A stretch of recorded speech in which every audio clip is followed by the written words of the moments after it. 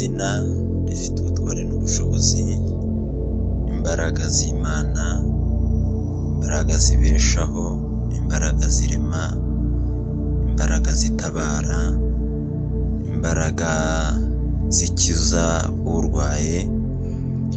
Ndasenze kugira ngo uyu munsi ni umunsi wo kuwa mbere, ni umunsi ubanziriza icyumweru dutangiye. Natuye umugisha ku bantu, umugisha w'amajya n'amaza, umugisha w'iburyo n'ibumoso, amajyepfo n'amajyaruguru, iburasirazuba n'iburengero bwaryo, hanze y'iki gihugu.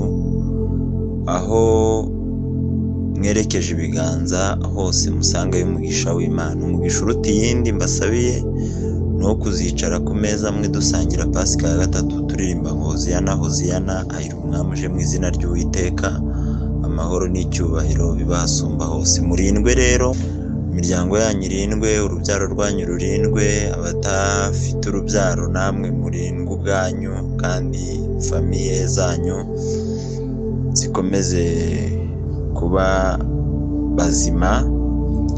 Kandi ndasenze kugira ngo ntimukagire icyo mukena muri mu biganza by'Imana.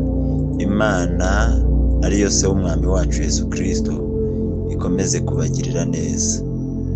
Ndabasengeye kugira ngo muhahe muronke iki cyumweru, muzabone ibyiza bivuye mu kiganza cy'Imana. Ubuntu n'amahoro no gufashwa n'Umwuka Wera bikomeze kubana natwe twese none n'ibihe bidashira. Kristo aduhaze ubugingo bunesha. Amen.